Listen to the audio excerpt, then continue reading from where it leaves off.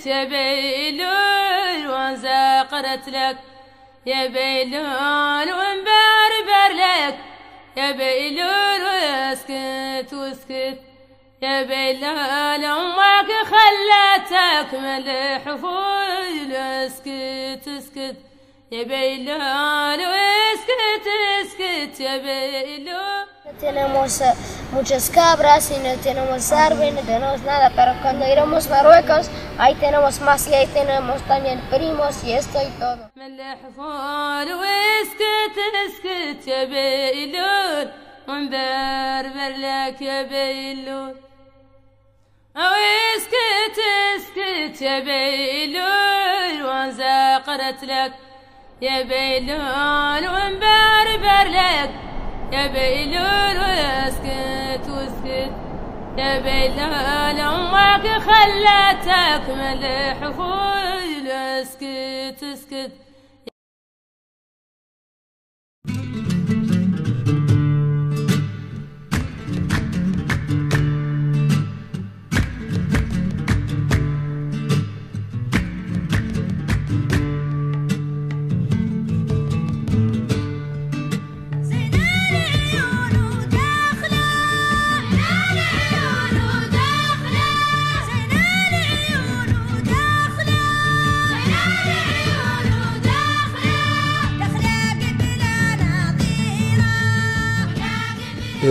Empiezo a recordarme de lo que teníamos en el Sahara en aquellos tiempos. Bueno, al principio habían dos cines, uno que se llama Cine Lucandil y otro Cine Las Dunas, que se encuentra en Nayún.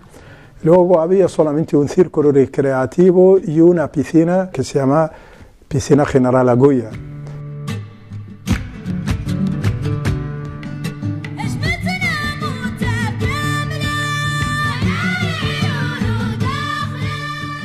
قلت لها كل مزينها قاع عنها مدينة حوتها ياسر اقتصادها من طرف الحوت عينات حوت كاملة ياسر فيها توجي. ثانيا واقع وهم اللي ناس متقدمين الحقيقة يعيشوا الحياة وحياة يعني تامة ما هي حياة ناقصة على أن واقع ثاني شتت العائلة والنسبة تعاني أنت معاناة. أولا اتصلت مع طبيعتك اللي أنت كنت تعيش ملائمة له مع الطبيعة اليوم اللي أنت عشت فيها بتكارفيس يعني جو على أنه ما هو ملائم جو تخمم فيه تشتت يعني واقع ثاني ما هو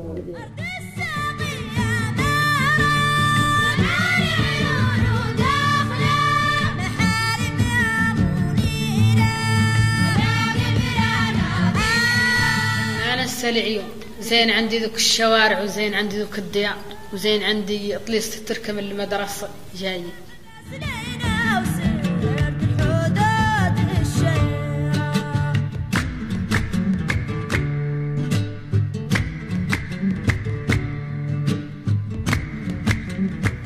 عايش من التجارة والحريثة والسرحة والمغرب افطر ولا الدول ولا خارج دولة قط عادل الشيء ما عندي لها بعد تماثيل ما قد دخلت عندي لها تماثيل عيشتها وحياتها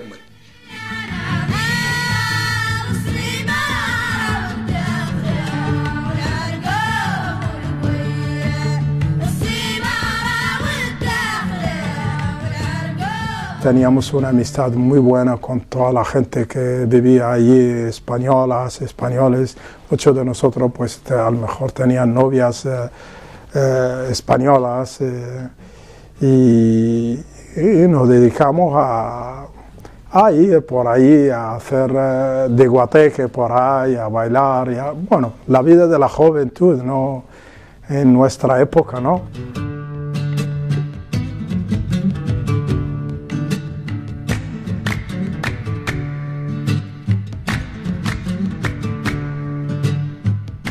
اسبانيا احنا اللي يحكموا علينا كانوا في المنطقه عادلوا شي ما قد عادلوا فرنسا ولا قد عادلوا المغرب. احنا ما قد طرحوا واحد منا مدفع ولا قد حبسوا واحد ظلم. وهذا اللي يقول لك ولا ننساو نهار بمشيهم العيون بكيهم دموعهم احنا ما ننساوهم ولكن ما هي الحكم الشعب ما شروعي.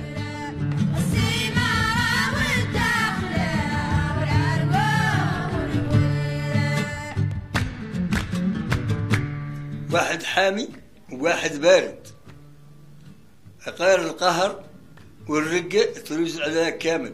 هوك تجبر زمن بارد وتجبر زمن حامي وتجبر زمن مسطي وتجبر كامل التراب اللي لا يعرفوا فماتي هون وهون ما فيها.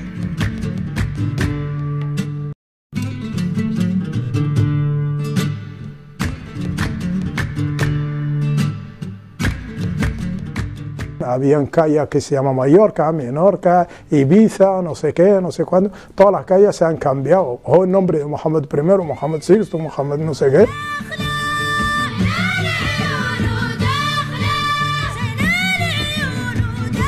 Por ejemplo, dispongo de un pasaporte español que pone nacionalidad española y con un carnet de identidad que también pone que es español y que aquí pone el Sahara y la bandera española. O sea, que tengo todos mis derechos como ciudadano español.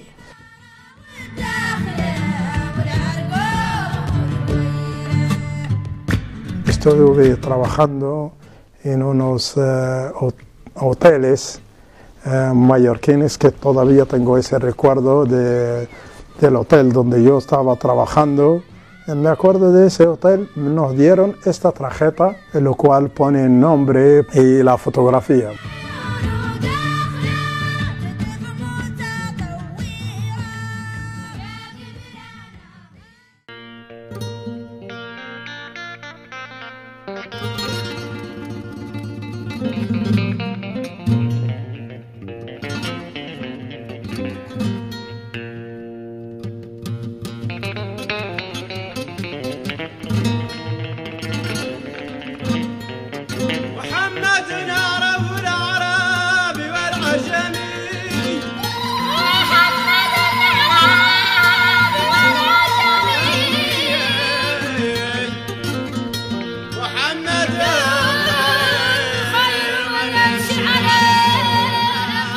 Porque en aquel tiempo estaba diciendo que había profesores y todo, nuestra convención era imposible que entraban los marroquíes y que los españoles nunca dejarían entrar a los marroquíes.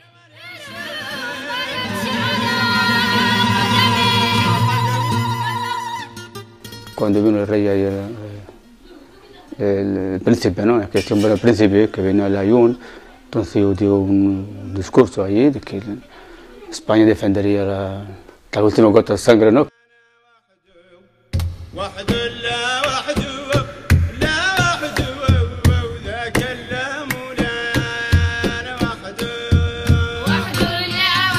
مرقنا حناتي العليات نهار دخول المغرب من يوم 31 في شهر اكتوبر دخلوا علينا المغاربه العيون.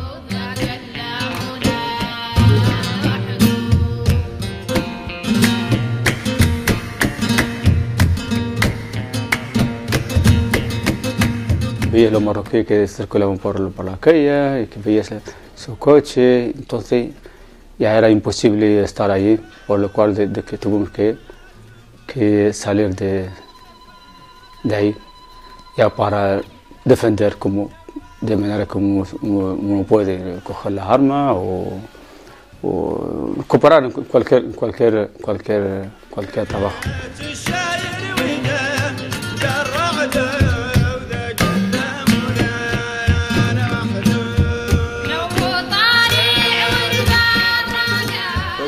فوت 74 و 75 عايش فيهم لا ليل وحق ولا من الرسل من السكامة ومن المغاربة وانطلقت ونصاع اللي انطلقت ما تجي بأخبار للدنيا أول انطلقت ليلة 30 في شهر 10 75 وعيالي مازال رايقة وداري مازال.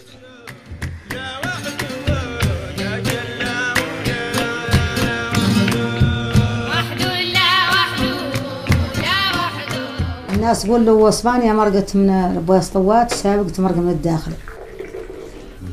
ايوه من السرد ومن العرقوب منتشر كي قلنا الاخر سيت ولا سرداد. ومن مرقت التلات في الداخل مرقت الناس من طلقه جا المغرب من تل وجات موريتان طلقت الناس خلات ابواتها وشي خلت ريكته صغير كلها قابضه لابوه شقاع ملمه على كراع وماشي وتات مولي انطلاقه قليله. الدولة ما فاتت تمكنت بحركة الجيش كان يكافح عن العائلة والله على الأقل يقبض لها باش اقتصادها في الطريق. ومن أم اللي مرقت الناس مرقت باللي عندها كان في المنطقة فيها اللي خلى أبوه له يرجع له ولا رجع له دخل المغرب ونو موريتان جاية من المغرب جاية من الانسحاب الإسباني من مدتها المقاربة موريتان وعاد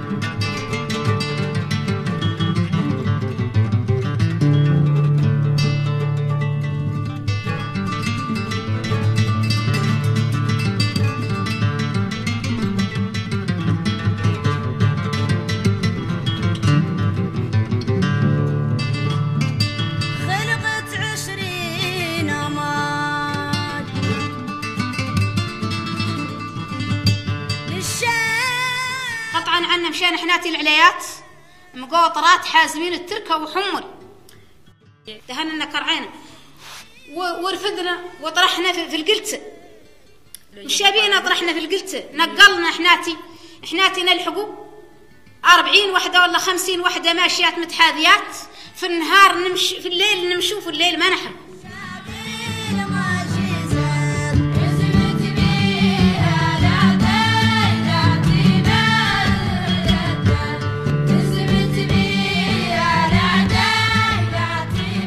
En el primer tiempo había una convicción muy fuerte, la gente soportaban todo, venía así sin nada, ¿no?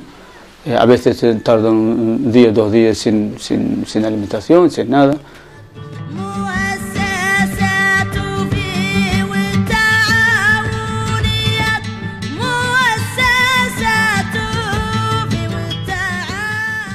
جينا اللي قلت في النهار نظلوا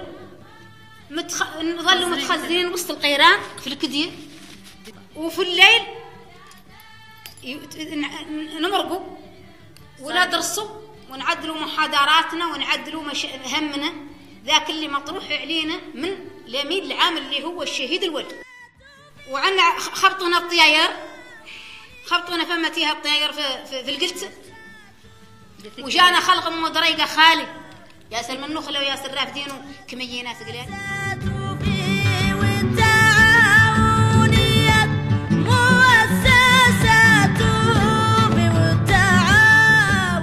لأنها منين جات الناس وتكونت هون بداوا النساء يشتغلوا كثير عادوا في مؤسسات وعادوا يشتغلوا عندنا تباركوا مع التربية وتباركوا مع النظافة الحملات ونمحوا الأموية نقراو شوي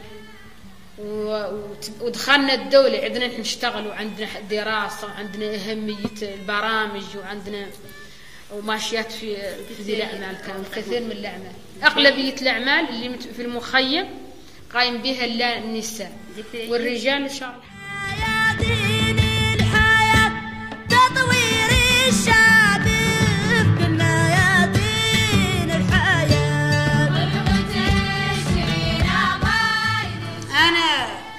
انطلقت من العيون انطلقت على كراعي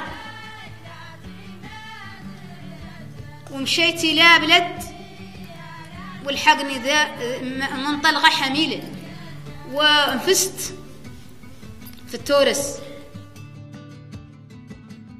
كان معايا مولا خيمتي ورافدين طفيل صغير عندنا معانا غدر من الخلق يا غير ما لا متحاذين وتوف كلها ماشي وحده وخايفين لعلنا نقبض الوليد عقب الراجل اللي جبرنا زوايل شي من ذيك الناس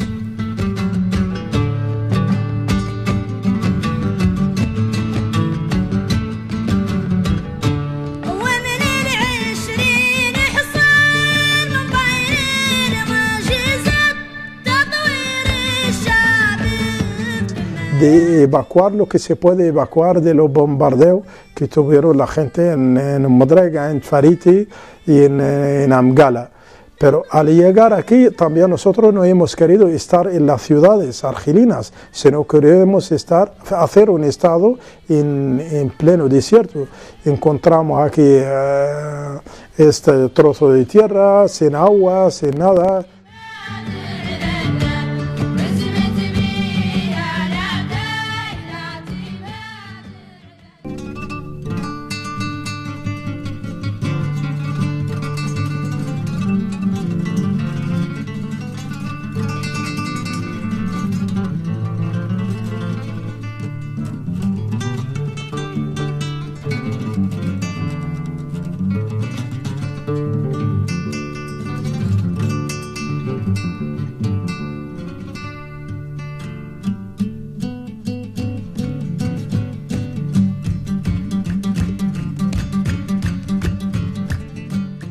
في وقت غاسي كنا في الشمال هون 6 مقاتلين عندهم منطقة واحدة كلها يدير منكبوا في الثاني، واللي انتيوا فيه الكيسان الارطيلات ماطيشة هم اللي انتيوا فيهم.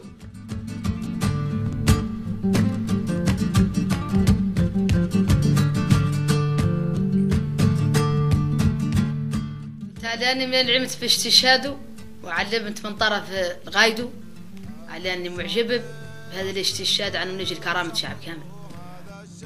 ومنين استشهد الثاني كانت الحكومه الصحراويه ايدتني ماني ما خلق عندي اي تاثير على ان مستشهدين علي جوزين وعندي من متركه. تاجر ينسى حقه حقه تاجر ينسى حقه حقه. Yo estaba en la segunda región.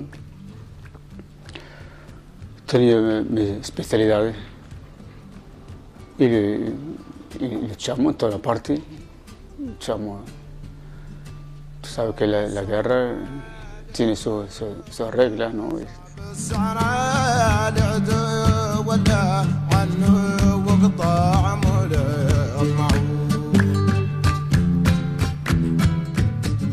الأول اللي انقبض من كابيتانات عند غريبين احنا الستة فيهم الحساب قالوا طاهر بن مبارك محاول انك تعرفوا.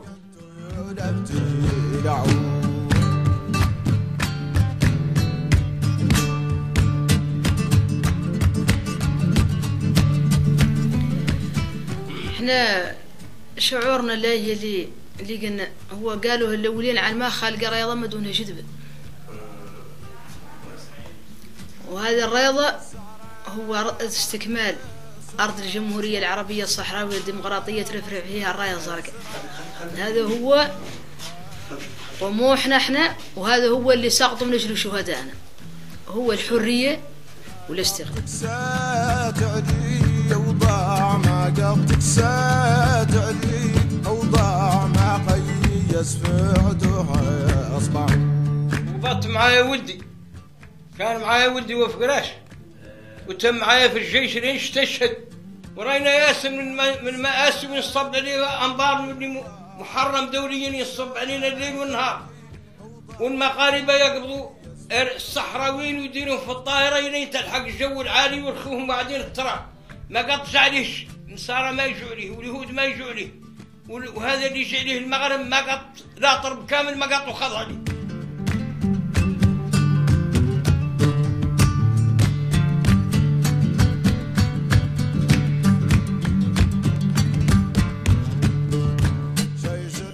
بدأ الشعب كامل يتحرك ويعدل هذه الحركة وهذه الثورة الصحراوية اللي العنصر النسوي فيها احمل ياسر من المآسات، من المظاهرات، من المسائل اللي تظهر قضيته للعالم كامل.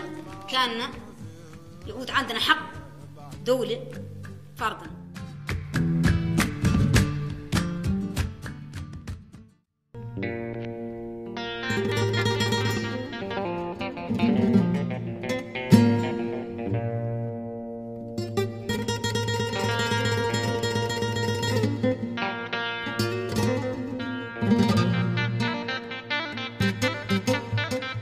El pueblo saharaui en el año 1987 comienza un proceso de paz auspiciado por las Naciones Unidas que se vino a materializar en el año 1991 con el cese del fuego entre lo que es el Ejército de Liberación Popular Saharaui y el Ejército del Reino de Marruecos.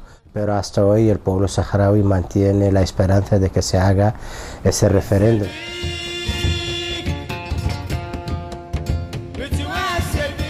Tantas promesas y tantos países que nos reconocen como Estado, todavía veo que el gobierno español no llega a comprender con exactitud qué es lo que queremos nosotros y qué es lo que quiere las Naciones Unidas y qué es lo que quieren los países que nos reconocen. Cuentan que en la puerta del cielo había un guardián y en eso llega el primer grupo y les pregunta: ¿de dónde sois? De Francia, al infierno por haberos portado mal. Llega el segundo grupo y les pregunta: ¿de dónde sois? De Argelia, pasad, pasad al paraíso.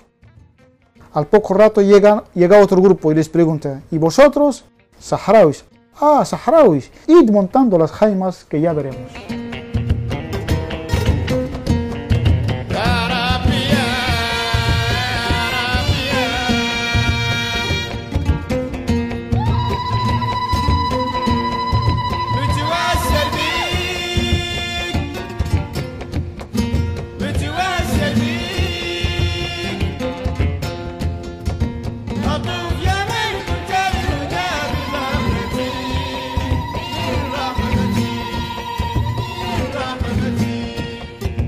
Pienso que uno de los retos fundamentales del pueblo saharaui es crear las condiciones de vida y las condiciones del desarrollo del sistema social a nivel de los campamentos, porque somos un pueblo, somos generaciones y que igualmente queremos vivir como vive cualquier otro país o cualquier otro pueblo en el mundo.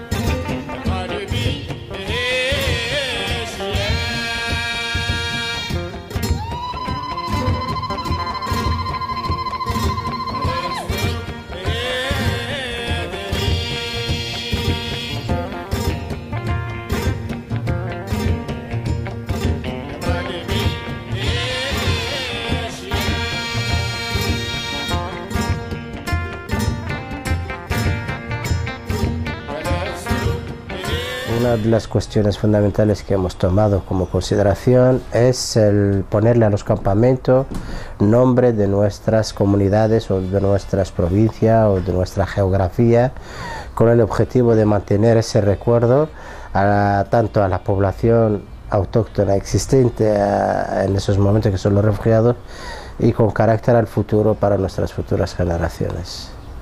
Y es por eso que llamamos la Ayun, Ayun, Esmara, Esmara, Dakhla, Dakhla.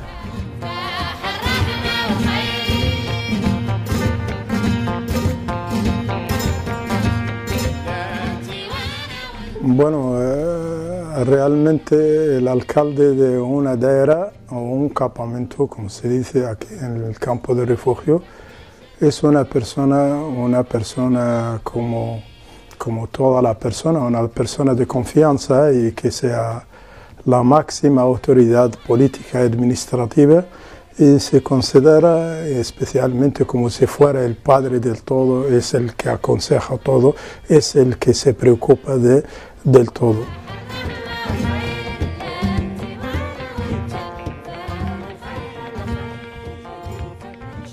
El Consejo de la Daira está formado por 4 alcaldesas de barrio. Cada alcaldesa se elige también por medio de un congreso. Y una vez que se elige el alcalde, se elige la alcaldesa de barrio. Toda la institución y todos los ministerios que tenemos a nivel de gobierno, tenemos representantes del ministerio a nivel del campamento. Entonces, esos todos forman un consejo en lo cual dirigen todos los problemas todo el programa del campamento. En una reunión, por ejemplo, hacemos reunión semanalmente, igual en esta reunión hablamos, por ejemplo, de equipamiento. Entonces empezamos a hablar de tienda, de los palos de la tienda, cuáles son las personas que necesitan tienda, hacer un repaso. Y luego si entramos en el tema de sanidad, pues a lo mejor empezamos por enfermedades, cuántas enfermedades tenemos, qué clase de enfermedades, dónde tenemos que hacer llegar la próxima campaña de recogida de basura.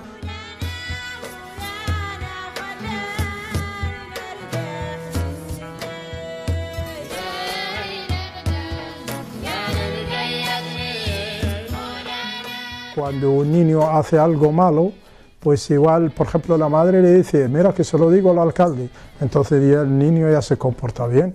Y a veces yo también voy y doy vueltas en la escuela, si encuentro uno que no está limpio, o una chica que no está bien peinada, o uno que no repasa, pues en los meetings que hago a nivel de campamento, nombro a las personas esas, las mujeres o los niños esos, para que ellos ayuden.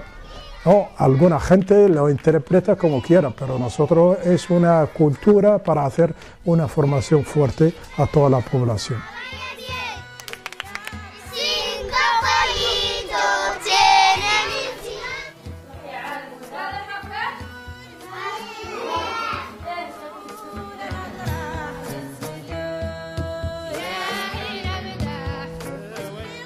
فيها اللي يلتقى عليها الحصص كيف دريت عم ينقل الحصص، وفيها اللي برا في الراحه في الفناء كيف السلاحه كيف الوجبه الفطور خالق الحصص تلتقى نتوما مانكم طالعتوا عليها في الكتب في الكراريس، خاصكم تطالعوا عليها الا عتو باغيين ولا عتو ماكم باغيين ماكشي ثاني. المهم عندنا نحن برنامجنا هذا هو المربيه تدخل بكري تنظف، منين تنظف تبدا تلقي الحصص ويبدا تسير الروضه بصفه عامه من حيث الوجبه ومن حيث انشطه التركه. هذا بعد اهم برامج اللي هي المهمه اليوميه.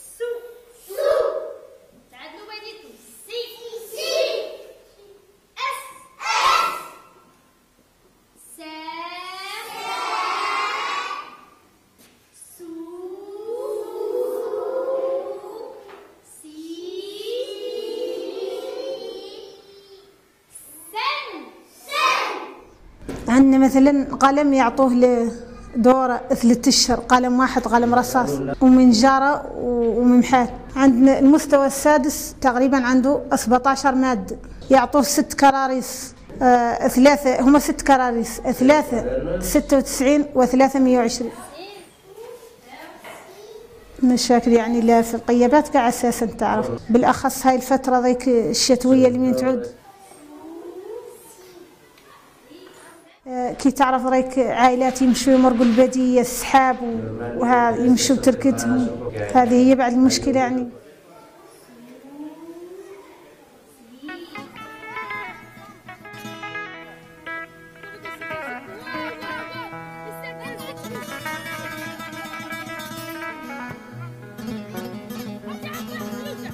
Yo tengo 5 hermanos y un hermano. Uno está en Cuba, 2 están estudiantes en Argelia.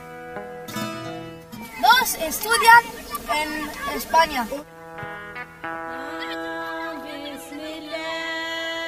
Uno estaba en Cuba y uno estaba aquí.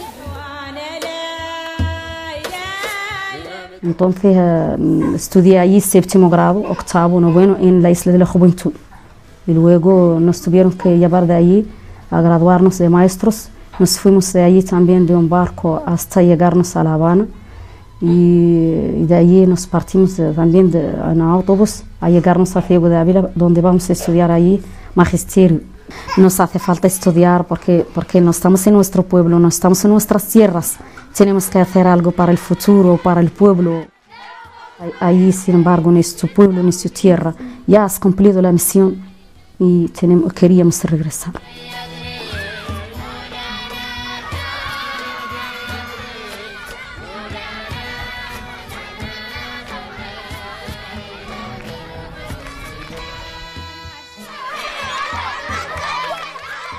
خاصة عنهم هم يقراوا مثلا يقراوا في الخارج وذا ياسر من النساء اللي خاص بشعبهم وذا ما يعرفوا كيف تاريخ شعبهم. أول الشباب قاع نحن عندنا ياسر فيه قاع لا عنه ما عنده قاع الإمكانيات اللي له يعدل فيها أي شيء. هو الشباب خاصه ياسر من مثلا بلاص للترفيه بلاص للتعليم ولا التعليم مثلا ثقافته تاريخه هذا وهذه هاي المسائل ذيك نحن خاصة عندنا نحن ميخا. وبالنسبة نحن نحاولوا دائما عن مثلا نجمعوا الشباب ولا نعدلوا لهم اسلوب باش يعدلوا به ذي الطرق رغم ان ما عندنا له شيء غير بعد نحن دائما نديروا نفوسنا فيها نحاول عنا نعدل.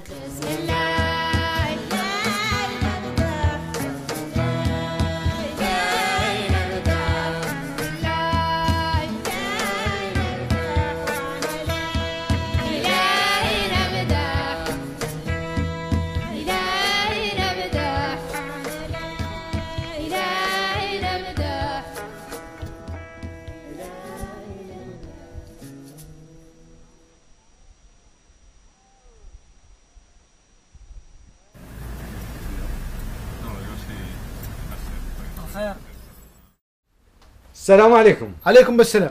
واش كيفكم؟ ياك الخير. ياك لباس. سنتكم واش حالكم؟ منعومين. بخير الحمد لله. ياك لباس. تبارك الله. ياك لا من النعمة. بخير الحمد لله. ياك لا تناكسوا. لا ريتو باس ما شاء الله. خيرا. بخير الحمد لله. ما شاء الله. لو اللباس علينا ولا عليكم. مرحبا وسهلا. بخير الحمد لله. ما شاء الله. يسلمنا ويسلم. الحمد لله ما شاء الله. لو اللباس.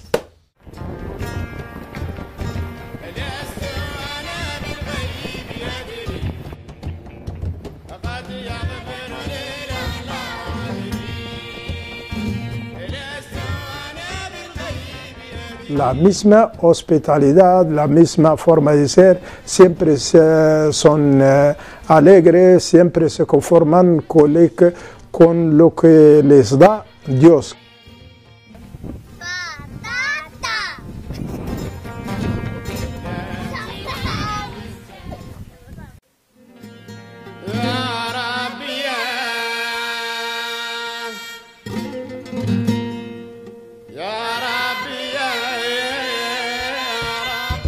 En la escuela de Orpal forma a los jóvenes interesados que querían aprender arte o informático.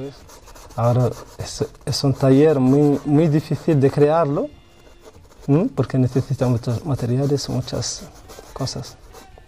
Queremos que los artistas españoles o artistas del mundo que vienen a ver que aquí en el desierto hay pintores refugiados, como hay un pueblo refugiado, hay pintores refugiados que necesitan su tierra, que necesitan pintar sus bellas imágenes, que necesitan hacer intercambio de exposiciones con los otros pintores como hacen todo el mundo.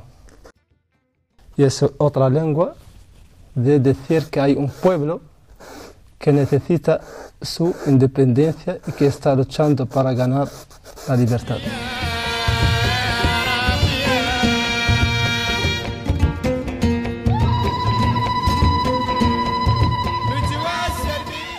La organización del Polisario y el pueblo saharaui se ha creado el horizonte de crear escuelas, crear fundaciones culturales, crear hospitales, crear sistemas de comunicación, sistemas de transporte y todo esto es con el objetivo de tener una vida digna, aunque vivimos en condiciones extremadamente difíciles, pero por lo menos que sepamos nosotros mismos valorar lo que tenemos y controlar lo que nosotros queremos.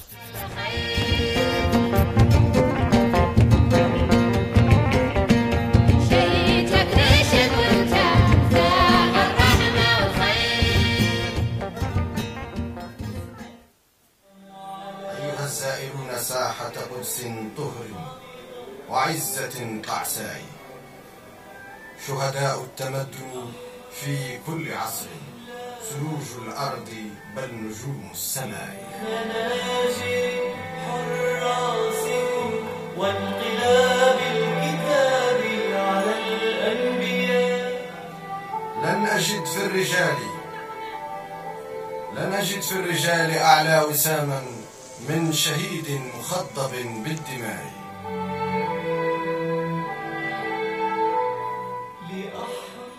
فأقيم لهم تماثيل عز.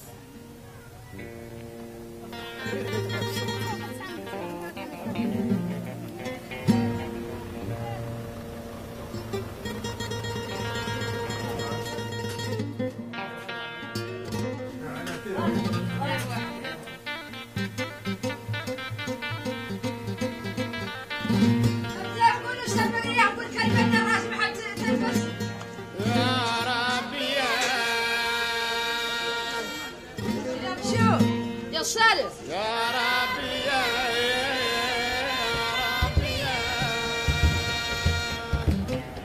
Vale, pues el proyecto de la tele es un proyecto que empezó cuando el Polisario y los marroquíes firmaron el plan de paz, porque hemos fiado mucho en la ONU que se va a hacer el referéndum.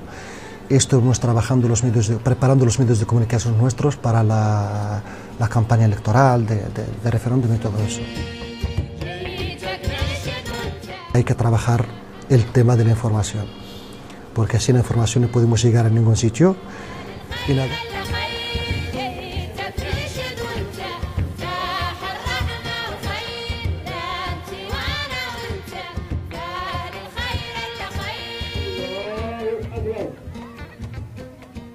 Nosotros practicamos la religión maometana, pero tal como viene en el Corán, no tal como le dice cualquier persona, ¿no? Nosotros aceptamos lo que Dios nos envía. A veces aquí pues viene sirocco fuerte, a veces viene lluvia fuerte, a veces pasamos 3 o 4 meses con un calor tremendo. اللهم اعز الاسلام والمسلمين واذل الشرك والمشركين ودمر اعداء الدين. اللهم عليك بأعدائنا الظالمين الغاصبين.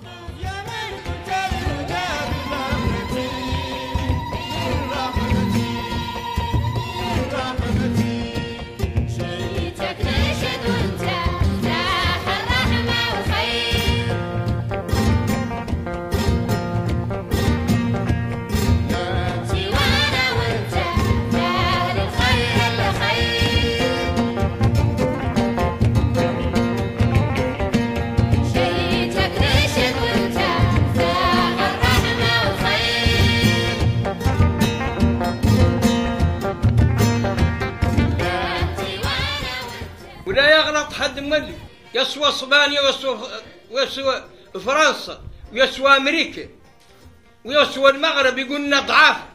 رانا متان وعندنا اسم الشباب التحق بالجيش وعندنا اسم العتاد الحربي، ورانا معكسين الى ما رينا حقنا. والله ما اعترف فيها المغرب، ما مشى مع الصواب.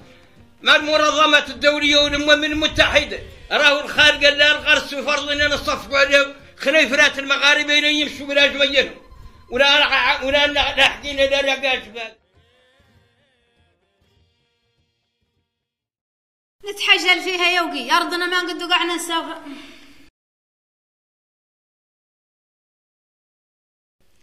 قطعا عنا لو كان اللي قد حد ينصردوا نسينا احنا بينا اللي رانا من المآسي.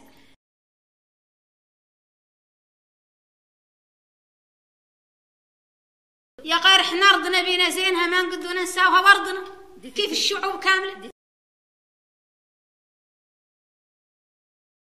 علينا شينا هذه الارض ما نعرفوها وجوها ما هو صالح لنا بينا ربينا في ارضنا. مناخها زين وديانها زينين وهواها زين وبحارها زين، والصحراء احنا يا اخوتي ما نبدلوها بشي. اسكت اسكت يا بيلول وانزقرت لك يا بيلول وانبربر لك يا بيلول، واسكت واسكت يا بيلول امك خلتك من الحفول، اسكت اسكت يا بيلول واسكت. Quiero trabajar piloto de avión. Quiero ser médico. Quiero hacer un cantando. Quiero estudiar el profesor. يا بيلول